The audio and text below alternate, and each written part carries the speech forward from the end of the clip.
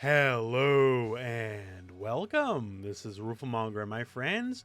Today we got the King of Fighters 15 weekly trailer breakdown, and it's a special bonus bargain episode, I guess, because it's a twofer. We got Ryo Sakazaki, but we also get Robert Garcia.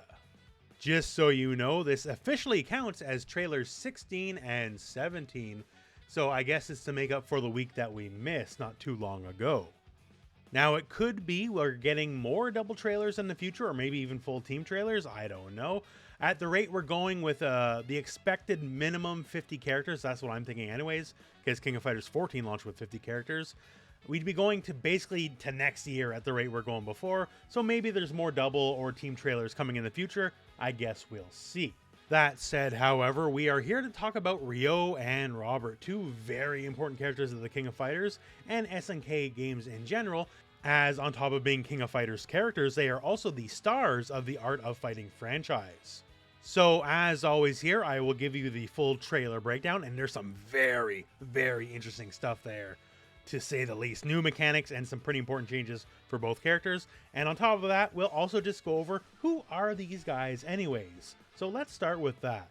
So once again, even though they are indeed in King of Fighters, Ryo and Robert are originally from the Art of Fighting franchise. They are the main characters in Art of Fighting 1, Art of Fighting 2, and Art of Fighting 3.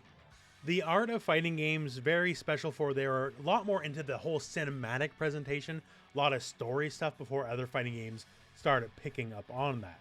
The crux of the plot in Art of Fighting for Ryo and Robert is looking for Yuri. Yuri is Ryo's sister and would later become Robert's girlfriend. So when she gets kidnapped by the mysterious mob, which later turns out to be the Howard connection, as in Geese Howard, they go and set out on their journey to get her back. AOF is so about this. In the story mode, you only get to pick Ryo or Robert, like no other characters. They're the only ones with a story. This also leads to one of my favorite fighting game moments here. So Ryo confronts Toto, and he's like, "Where is my sister?" And Toto's like, "Ask for it with your power." And then we get into the fight. And when the fight's over, Toto's like, "Nah, I don't know where she is." So you go through all that just madness just to be like, "Nah, I don't know." Also, the game does very well to showcase the differences between Ryo and Robert.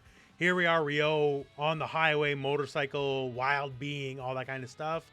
And Robert, fancy car, lots of money. He's a rich boy, right?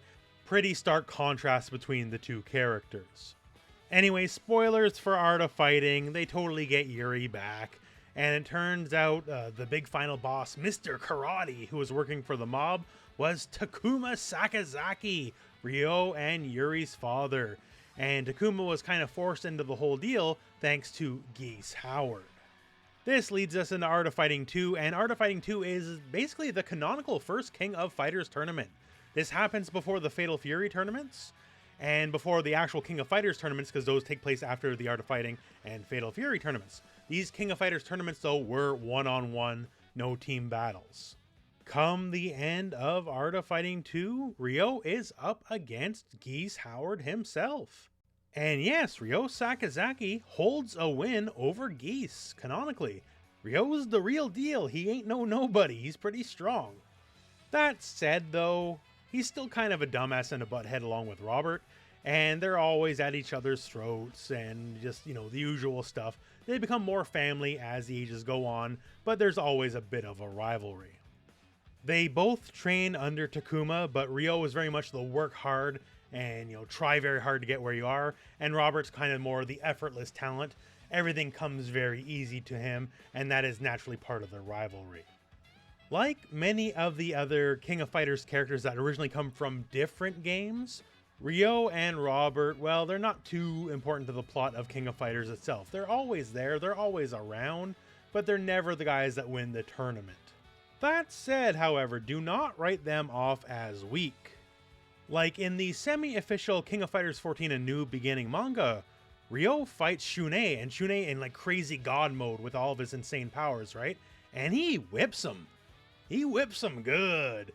Like, Ryo straight up beats Shune, who's the protagonist of KOF 14 and KOF 15. So, like, these dudes, they got the power to back it up. They are by no means weak at all. They are very strong. Ryo can knock out effective gods, Robert is just as strong as he is, and Yuri is, well, they're maybe stronger than both of them. Now, gameplay-wise, they were taught by the same person, so they kind of share some techniques. Let's put it that way, right? They are, in ways, mirrors of each other. So they both got fireballs, uppercuts, but hey, Ryo, he's got machine gun punches, and Robert's got machine gun kicks. That's completely different. There's nothing to say about that. So I'm being a little silly. They definitely have their differences. Like Ryo has like a whole parry mechanic. Robert has nothing to do with. He's just not defensively minded, let's put it that way. And Robert's fireball game is way better than Ryo's, as another example. But still some similarities. Like, people sometimes call Kyo and Iori the Ryu and Ken of King of Fighters, and that's true from a plot perspective, but gameplay-wise, Ryo and Robert are much more closer to Ryu and Ken. That's not a bad thing at all, just an observation, but you know, when it comes to the classic Shoto gameplay, they both have fireballs, they both have uppercuts, and they both have hurricane kicks. They both also share the Ranbu style supers, where it's just an amazing flurry of punches and kicks, very famous style of super move. And frankly, they're both just solid characters. So now on to the trailer. We get this lovely little opening here, showing Ryo, the invincible dragon, while Ryo is performing a little bit of a kata here.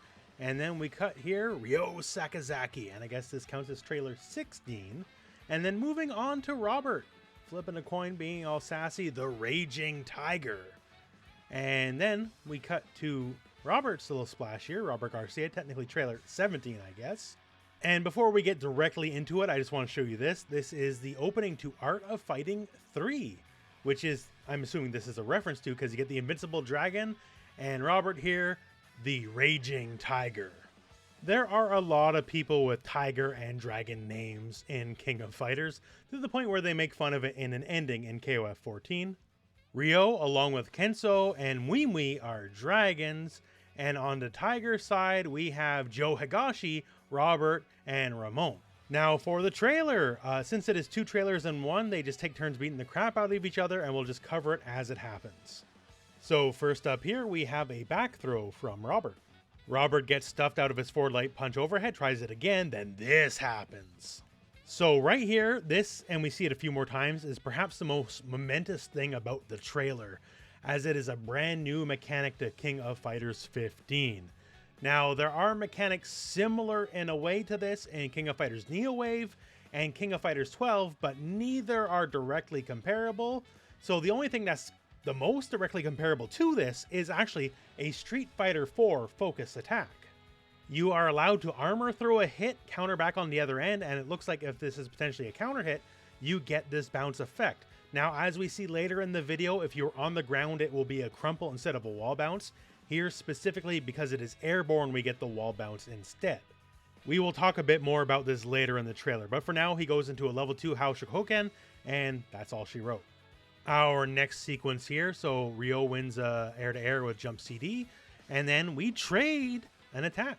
Looks like Ryo close heavy punch versus a light punch dragon uppercut from Robert, as his light punch dragon uppercut is not full invincible. Real question I think they're asking here is, can Robert make a conversion from this? They don't show it, but I think he could. Another fun sequence here, so Robert goes close heavy punch, forward light kick, very strong hit confirm, blocks so he leaves it be.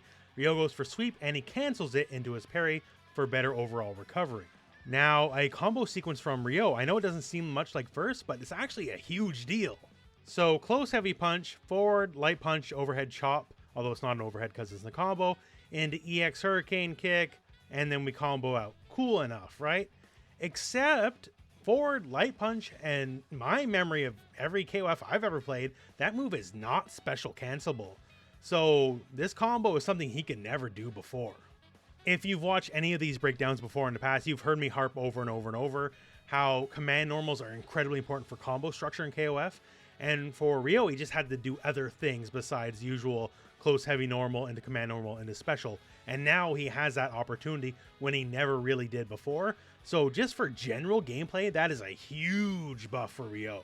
And hey, the combo's pretty spiffy too. So close heavy normal, forward light punch into her EX Tatsu here, which launches him, juggle with light dragon punch, and then re-juggle with EX dragon punch. Not to be outdone, however, Robert strikes back here, close heavy, forward light kick, and his own tatsu. It's a lot more flippy. And Ryo debuts another new technique here because quarter circle back punch has returned.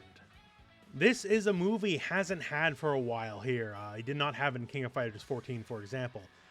So normally quarter circle back and light punch or heavy punch, and it's just a giant wind-up punch, safe on block, does a lot of damage to the guard bar. And yes, also during this beginning bit, Robert is instant blocking. And what's good for the goose, good for the gander, because Robert also has something new to play with too. So this is the forward light punch overhead kick, and he special cancels into his command dive kick. However, he could not do that before in King of Fighters 14. I played Robert. You definitely could not do this before in 14, right?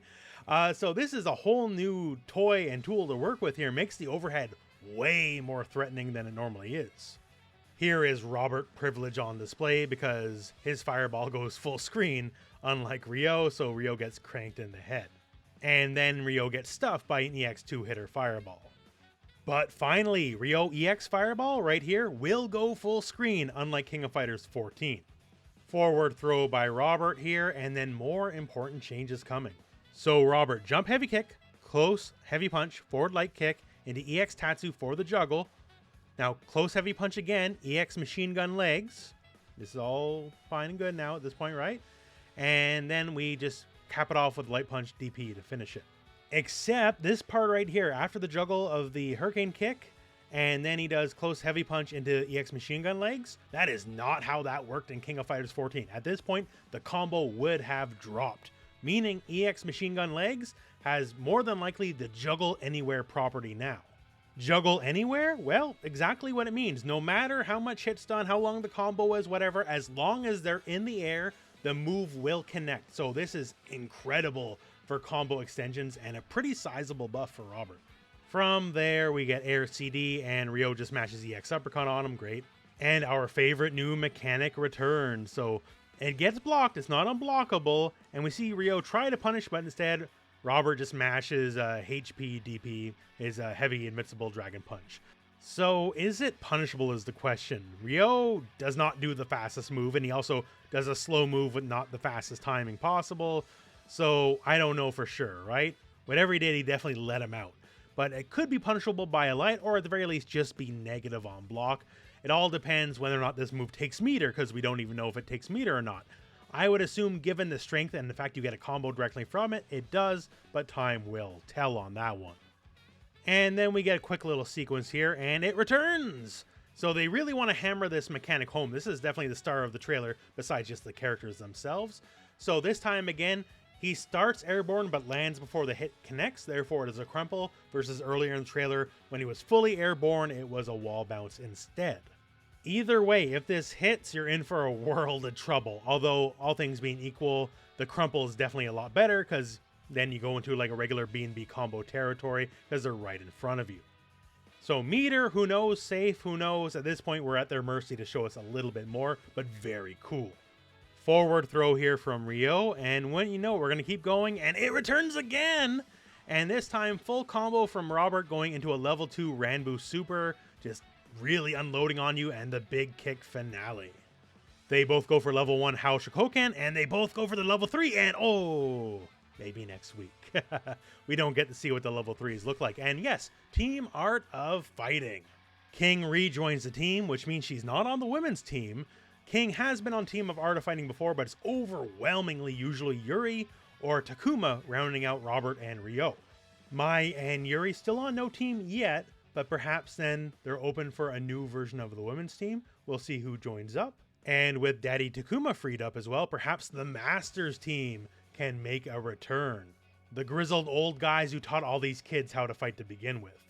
So in the end, another team down. We know what's going on here, and still a lot more to come. I wonder if the speed of the trailers are going to go more on this front here, because Ryo and Robert, they're basically gimmies. Same with like Ralph and Clark. I wouldn't want Ralph and Clark to have separate trailers. You could just show them together. That'd be fine. The game is still supposed to come out this year after all, so we kind of gotta hurry up the pace some way, somehow on the weekly trailers. That said as well, very happy they're showcasing new mechanics. There's a lot of mechanical changes going on in 15. It certainly is not just, 14/2, right? There's a lot going on, and it is all truly very exciting. I am very invested in seeing what happens next at this point. And from the mechanics to the roster, just everything's turning out good. Every trailer, either the characters get just a full-on redesign, like say Terry Bogard or Shermie or something like that, and the characters that are basically the 14 version, like Ryo and Robert, look just a lot better than the 14 versions, to say the least. That all said, that's my gushing. In the comments below, let me know what you think about this trailer and where King of Fighters 15 is heading. And that all said, my friends, that's the end of the video, so thank you very much for watching. Hope this video has found you well. Go out and play some King of Fighters.